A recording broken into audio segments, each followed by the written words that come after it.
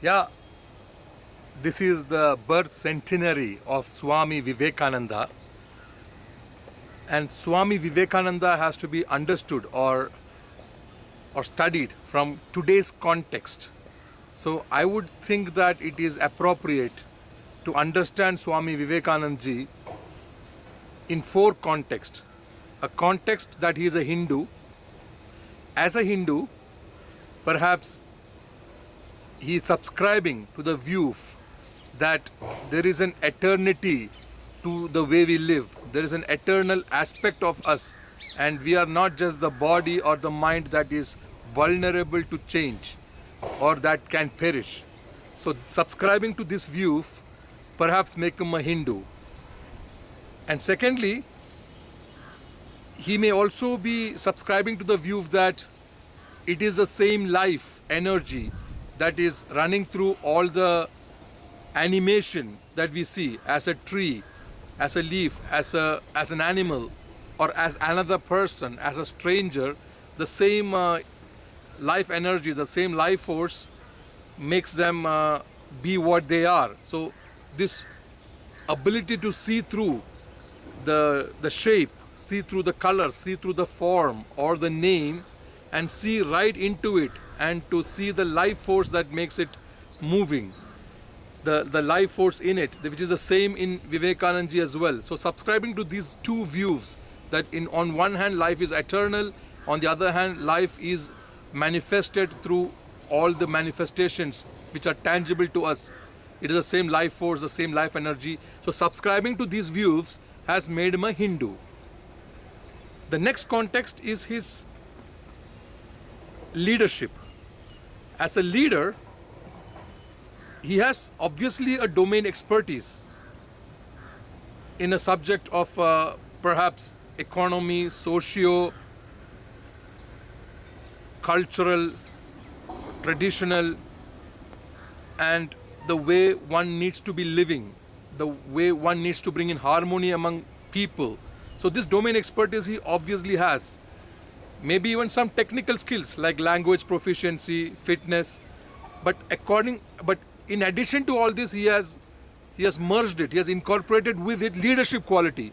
So leadership quality is about able to cut across. So this not only expertise in a domain, expertise in a technique, expertise in a profession, but also the ability to cut across to various other cultures, other traditions, so that they also get to know what he is all about as a person, and also to cut into ignorance. There are other communities around him, other people around him, perhaps other nationalities. So he's able to cut into their ignorance, and bring in education to the other people. So that is his leadership context. A third context is perhaps his saintliness. How saintly is he? How generous is he? How expanded is his view that he is able to include people of all faith, all professions, all lifestyles into his own ambience. So he does not, from what I know, that he does not discriminate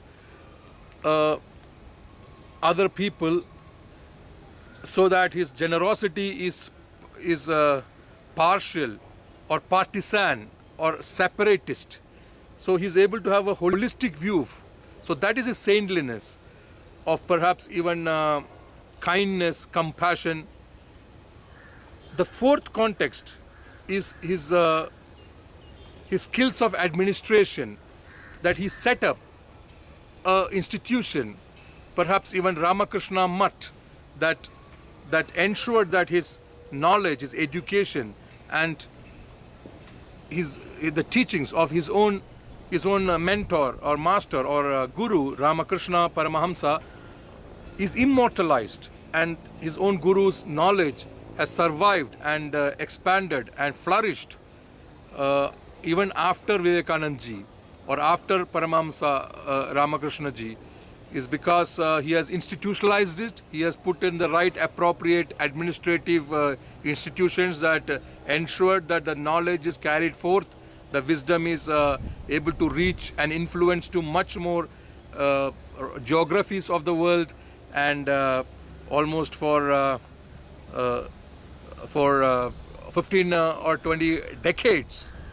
So that has been a great achievement. So if you contextualize Vivekanand ji for current generation, I would say the fact that he's a Hindu, the fact that he has domain expertise in professionalism or in technical know-how, and third is his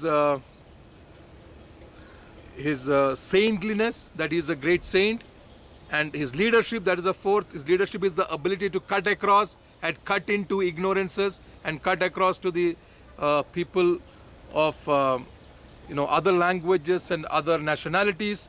And finally, his skills of administration, that he set up institutes, that he's you may call him almost akin to an entrepreneur who ensured that the influence and the reach of the institution is guaranteed over even a century.